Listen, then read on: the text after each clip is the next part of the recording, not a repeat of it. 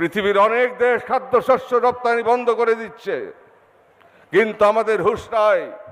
আমরা মিথ্যাচারের উপরে দেশের মানুষকে হাতে রাখতে চাই, কিন্তু সত্য তো গোপন থাকে না, বাস্তবতা কাউকে খাতির করে না। আমি কারো বিরুদ্ধে নই, আমি কারো শত্রুও নই, আমি দেশের মানুষের সাথে আছি।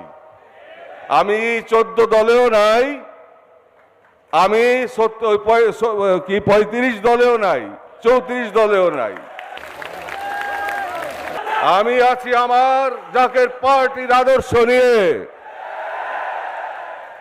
মানুষের মন মনন পরিবর্তন করো, সততা ফিরিয়ে আনতে হবে। রাষ্ট্রীয় অর্থ সম্পদ লুট করা বন্ধ করতে হবে। দেশের মানুষকে বাঁচাতে হবে। 1% মানুষের হাতে সম্পদ কুক্ষিগত করতে দেওয়া হবে না। এদেশে সবাই ধনী হোক, এটা আমি চাই, কিন্তু যেই পথে এগুচ্ছে সেই পথে ভবিষ্যৎ যে অন্ধকার, এতে কোনো সন্দেহ নাই। তদুপরি দেশকে রক্তক্ষয়ী সংঘাতের দিকে এগিয়ে নিয়ে যাওয়া হচ্ছে। সামনে নির্বাচন আসছে, নির্বাচনকে সামনে নিয়ে এখন তো বৃষ্টি বাদলের সময়, তাই নয় কি? এই বৃষ্টিটা যখন বন্ধ হয়ে যাবে, বন্যাটা যখন চলে যাবে, তারপর দেখবেন খেলা, তারপর দেখবেন খেলা। কারণ এক পক্ষ যদি সরকারকে উৎখাত করতে ব্যর্থ হয়, নির্বাচনকে ব্যর্থ করতে ব্যর্থ হয়, তাহলে তাদের অস্তিত্ব থাকবে না। সর্বশক্তি দিয়ে নির্বাচনকে বন্ধ করতে চাবে এবং সরকারকে উৎখাত করার চেষ্টা করবে গণ অভ্যুত্থানের মাধ্যমে। ব্যর্থ হলে নির্বাচন বন্ধ করতে চাবে, তাতেও যদি ব্যর্থ হয়, নির্বাচন যদি হয়ে যায়, তাহলে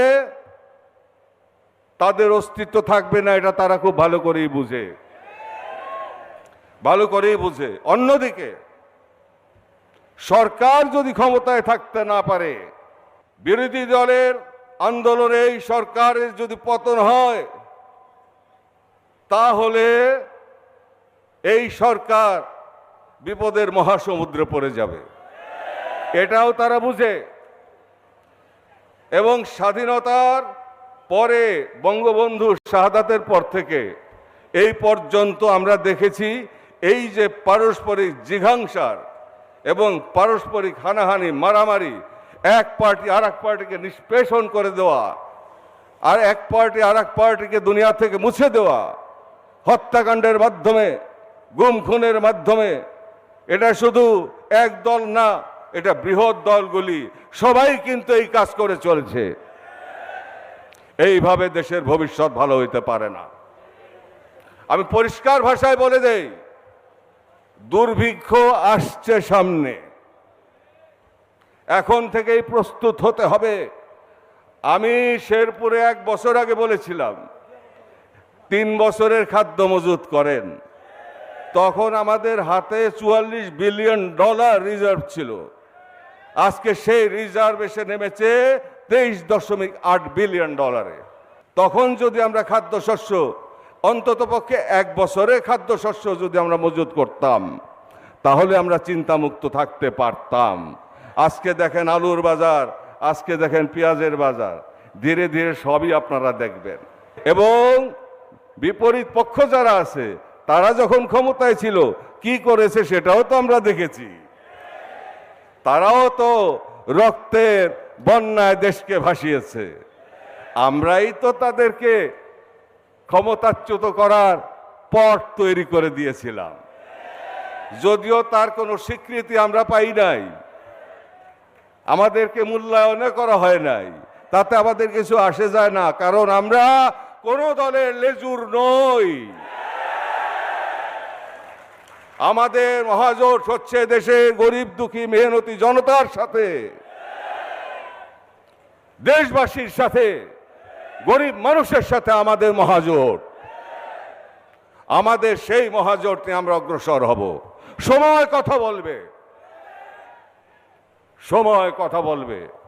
দেখিনু সেদিন রেলে কুলি বলে এক বাবু সাহেব তারে ঠেলে দিল নিচে ফেলে, চোখ ফেটে এলো জল, এমনি করিয়া জগৎ জুড়িয়া মার খাবে দুর্বল। জাতীয় কবি লিখেছেন, এই যে এখানেই শুয়ে আছেন। আজকে পাকিস্তানের সেই ষড়যন্ত্রের খেলা থেকে বাঁচার জন্য ৩০ লক্ষ মানুষ শহীদ হলো, বুকের তাজা রক্ত ঢেলে দিল, ২ লক্ষ মা বোন সম্ভ্রম হারালো। আর আমরা বাংলাদেশকে কোন দিকে আমরা নিয়ে গেলাম? ষড়যন্ত্রের মাধ্যমে বঙ্গবন্ধুকে হত্যা করা হলো। কিছু সংখ্যক কুচক্রী মহল তাকে বিভিন্ন ধরনের কথা বলে বিভ্রান্ত করে এমন একটা পরিবেশ সৃষ্টি করলো যে সেই সুযোগে তৃতীয় পক্ষ দিয়ে কাজ সেরে দিল। এরপর থেকে শুরু হয়ে গেল খেলা। তাই বলি, সেই বিএনপিও নাই, সেই আওয়ামী লীগও নাই। বঙ্গবন্ধুর আওয়ামী লীগ আর জিয়ার বিএনপি নাই। এখন হয়েছে পয়সা, পয়সা চাই, টাকা চাই। 100 কোটি টাকা খরচ করবো এমপি হইতে, 1 লক্ষ কোটি টাকা কামাই করে নিয়ে যাব দেশের বাইরে। বেশি দিন এই খেলা চলবে না, এটা বন্ধ করা হবে, বন্ধ হবে। তবে সেজন্য দেশবাসীকে প্রস্তুত করতে হবে মানসিকভাবে। সাংবাদিক ভাইদেরকে বলতেছি, আপনারাও বস্তুনিষ্ঠ সাংবাদিকতা করেন, যেমন স্বাধীনতা যুদ্ধের সময় করেছিলেন। তারা আজকে স্মরণীয় বরণীয় হয়ে আছে। যেরকম স্বাধীনতা উত্তরকালে বঙ্গবন্ধুর আমলেও কিন্তু ইয়েলো জার্নালিজম ছিল না, জার্নালিজম দলীয় ছিল না, সত্য কথা সবাই লিখত, সেজন্য সম্মানিত ছিলেন। আজকে পক্ষপাতমূলক সাংবাদিকতা, পক্ষপাতমূলক সংবাদ পরিবেশন যদি হয়, তাহলে সাংবাদিকদের মান সম্মান ক্ষুণ্ণ হবে। আপনাদের উপর আস্থা থাকবে না জনগণের এক সময়, যে উনরা যা লিখে এটা আসলে সত্য কথা না। তখন তারা ওই যে ফেসবুকের দিকে তাকাবে, বিদেশি নিউজের দিকে তাকাবে। যেমন এক সময় বাংলাদেশে আপনার ৭১ সালের মুক্তিযুদ্ধের সময় পাকিস্তানের টেলিভিশন কেউ শুনতো না, শুনতো আকাশবাণী আর শুনতো বিবিসি। সেখান থেকে তারা বিবিসির বাংলা অনুষ্ঠান তারা তথ্য সংগ্রহ করত এবং স্বাধীন বাংলা বেতার কেন্দ্র শুনত। অতএব আপনাদের প্রতিও আমি অনুরোধ করব, আমার প্রাণপ্রিয় সাংবাদিক ভাইয়েরা, আপনারা এই দলীয় আবর্ত থেকে বেরিয়ে আসেন, আপনারা সত্য প্রতিষ্ঠিত করেন। আমি বলি না আমারে সমর্থন করেন, আমি যদি অন্যায় করি আমার বিরুদ্ধে লেখেন, ধুয়ে দেন আমাকে, আমি অবনত মস্তকে আমি মাথা পেতে নিব। অবশ্যই আমি বিতর্ক করব, আপনাদেরকে জিজ্ঞাসা করব যে কেন আমার বিরুদ্ধে এটা লিখলেন। আপনাদের যুক্তি যদি সত্য হয়, আমি ক্ষমা চেয়ে মাথা নত করে মেনে নেব এবং আমি আমার বক্তব্য প্রত্যাহার করব। আমি সেই নীতিতে বিশ্বাস করি।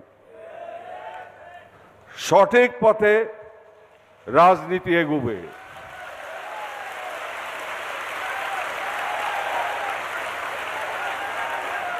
যতদিন পর্যন্ত বৃহৎ এই দুইটি দল বর্তমান আছে এবং দেশবাসীকে বিভিন্নভাবে প্রলুব্ধ করে, তাদেরকে, যেহেতু আমাদের দেশের গরিব দুঃখী মেহনতি জনতা, তারা সবকিছু বুঝে না, সরল সহজ, তাদেরকে যতদিন পর্যন্ত কুক্ষিগত করে রাখতে পারছে, কালো টাকা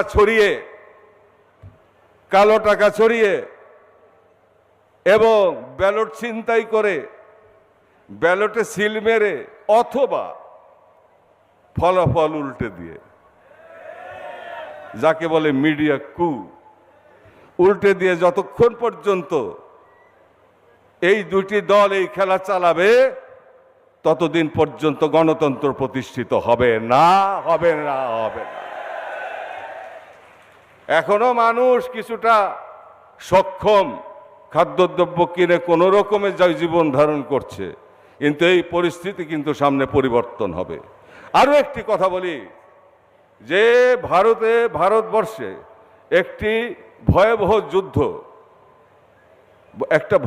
যুদ্ধ, ভারত, চীন, পাকিস্তান এই তিন দেশের মধ্যে একটা ভয়াবহ যুদ্ধ লাগানোর ষড়যন্ত্র হচ্ছে।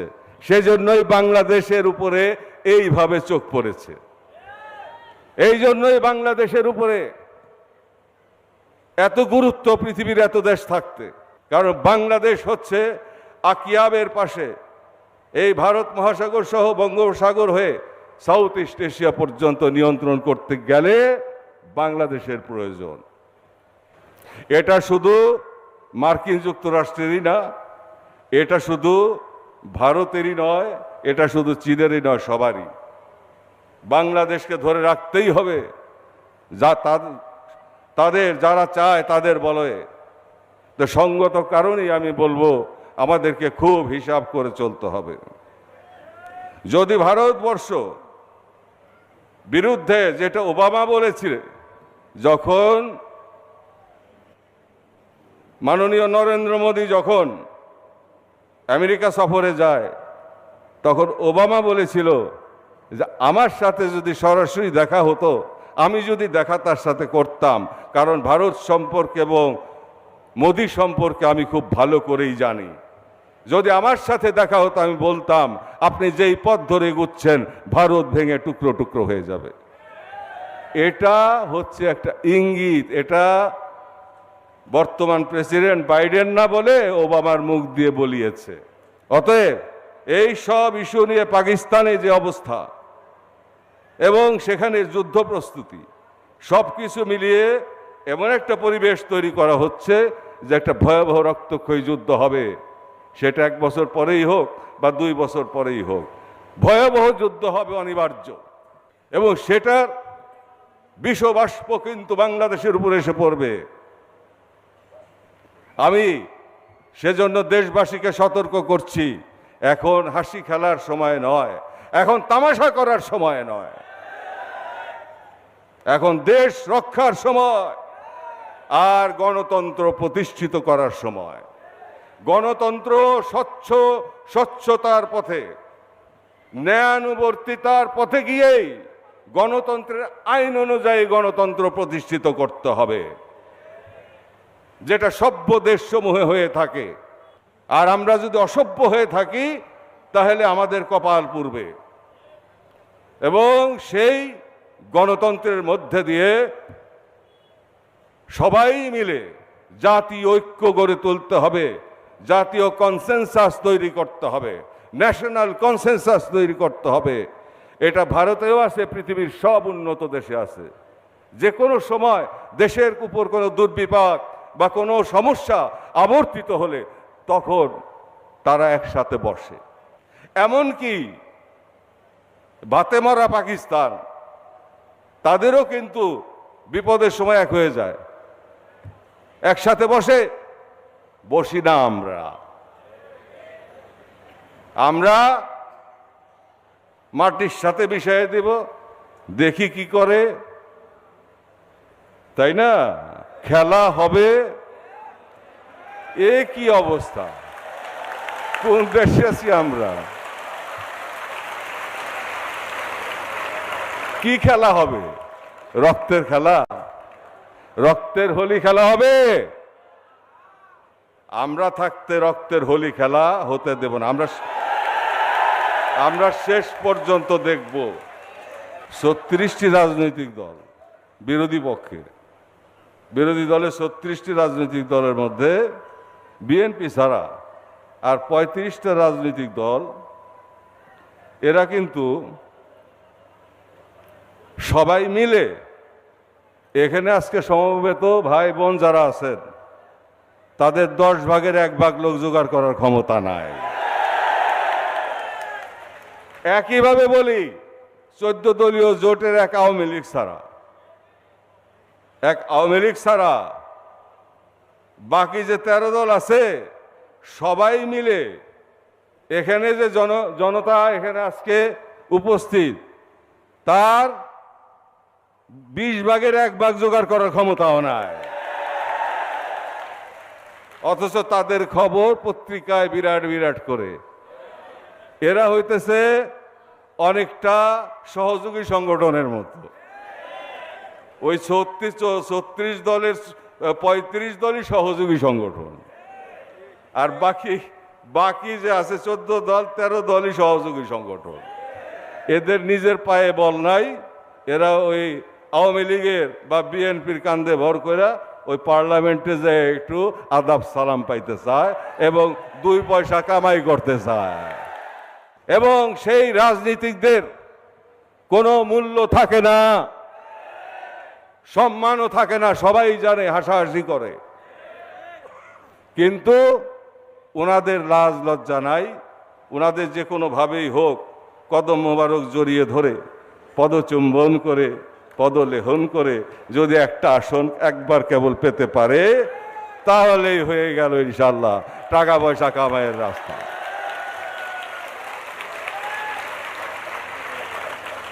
পরিস্থিতি যদি অনুকূল থাকতো, ষড়যন্ত্র যদি না থাকতো, কোনোদিন এদেশে সামরিক অভ্যুত্থান হইতো না। সুষ্ঠু গণতন্ত্রের ভিত যদি আমরা রচনা করতে পারতাম, সবাই মিলে জাতীয় স্বার্থে একটা কনসেনসাসে আসতে পারতাম, কতগুলি বিশেষ পয়েন্টের উপরে আমরা যদি ঠিক করে নিতে পারতাম এবং তার উপরে আমরা ঐক্যমত পোষণ করতাম, তাহলে কোনোদিন সামরিক শাসন আসতো না এবং গণতন্ত্র পবিত্রতার আবহে বিরাজ করত। আজকে 100 কোটি 200 কোটি টাকা খরচ হয় এমপি নির্বাচনে। একজন তো শুনলাম ইতিমধ্যেই 30 কোটি টাকা খরচ করে গরু কুরবানি করে খাওয়াইছে সবাই রে। মনে করছেন 30 কোটি টাকা কি এমনি এমনি? 30,000 কোটি টাকা আবার আমদানি হবে একবার যদি বৈতরণী পার হইতে পারে। তো এরকম ভাবে দেশকে নিয়ে তামাশা করা হচ্ছে। 1% মানুষের হাতে 80% সম্পদ কুক্ষিগত, আর 20% দিয়ে গরিবরা চলে। সামনে যেইভাবে খাদ্য সংকট আসতেছে পৃথিবীতে, খাদ্য সংকট যেভাবে আসতেছে পৃথিবীতে, এবং যে যুদ্ধাবস্থা বিরাজ করছে, বিশ্বযুদ্ধ তো হবেই, বিশ্বযুদ্ধ হবেই। আজ থেকে 3-4 বছর 5 বছর পরে বিশ্বযুদ্ধ লাগবেই। উপমহাদেশেও যুদ্ধ লাগবে, মধ্যপ্রাচ্যে যুদ্ধ লাগবে। তখন কি উপায় হবে? সেগুলি নিয়ে কি আমরা চিন্তা করি? আমি জিল্লুর রহমান সাহেব প্রেসিডেন্ট থাকতে ওনাকে আমি লিখিতভাবে দিয়েছিলাম যে এই প্রস্তাবগুলি আপনার কাছে দিয়ে গেলাম।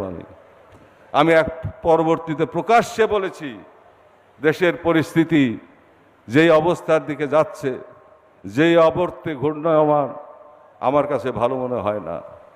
দেশকে বাঁচাতে হবে, জাতিকে বাঁচাতে হবে। এই 1%-এর হাতে আমরা দেশবাসীকে জিম্মি থাকতে দিতে পারি না।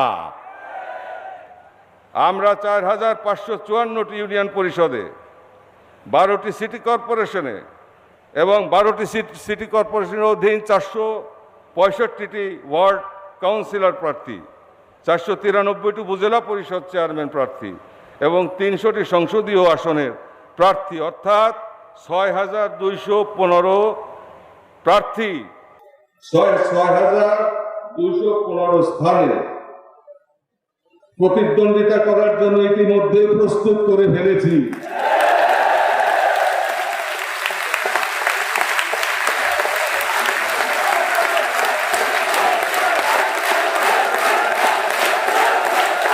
আমার কথা হচ্ছে, আদর্শ যাবে আগে, নৈতিকতা যাবে আগে, ক্ষমতা আসবে পিছনে।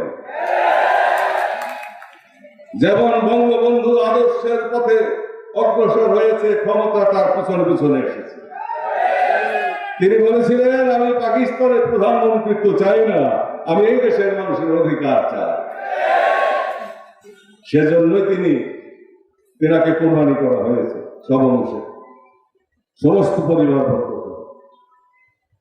সেই ষড়যন্ত্র কিন্তু থেমে না। এখন উভয় পক্ষ ঢাল তলোয়ার নিয়ে প্রস্তুত হচ্ছে ভিতরে ভিতরে, উভয় পক্ষ, এবং বলতেছে খেলা হবে। কি খেলাতে হবে তা তো আমরা খুব ভালো করেই জানি। তবে খেলা যদি আমাদের জাতির ধৈর্য এবং সহ্যের সীমার বাহিরে চলে যায় এবং দেশকে যদি গৃহযুদ্ধের দিকে ঠেলে দেওয়া হয়, তাহলে আমরা 21 লক্ষ নেতা কর্মী, আত্মত্যাগী নেতা কর্মী, আত্মত্যাগী বলছি আমরা বসে থাকবো না।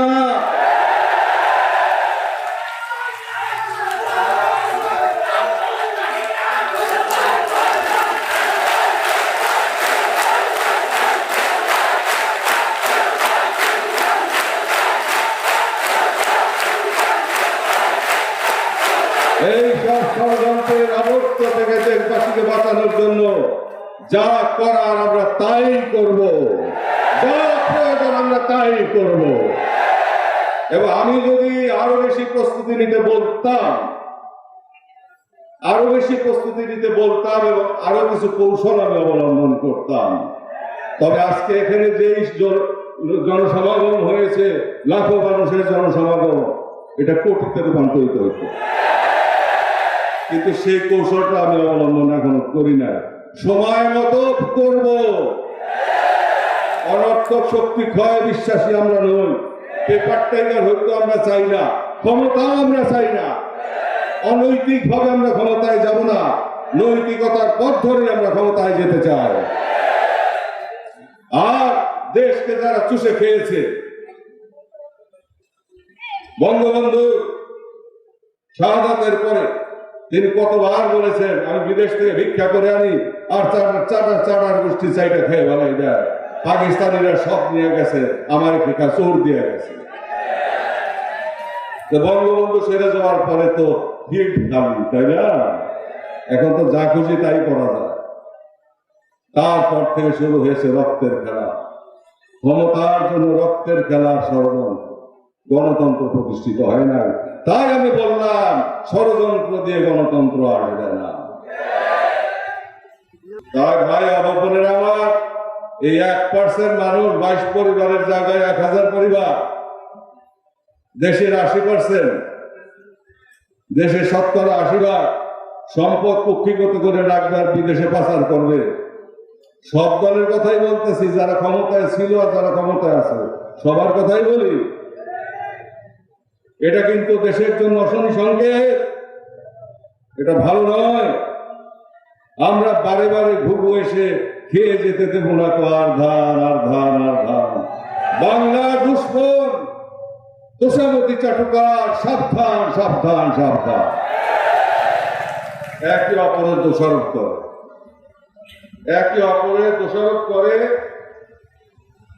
কিন্তু নজরুল ইসলামের একটি কবিতা মনে পড়ে গেল, 2টি লাইন, আমরা সবাই পাপী, নিজের পাপের বাটখারা দিয়ে অন্যের পাপ পাপী। এই সব বৃহৎ দলের অবস্থা হয়েছে। তাই এ চোর ও চোর, এ চোর ও চোর, ও শয়তান ও শয়তান চলছে। এবং ভিতর ভিতর রণপ্রস্তুতিও চলছে। এই জন্য খেলবে কিসের খেলা? রক্তের খেলা। রক্তের খেলা বাংলাদেশে আমরা হইতে দিব না।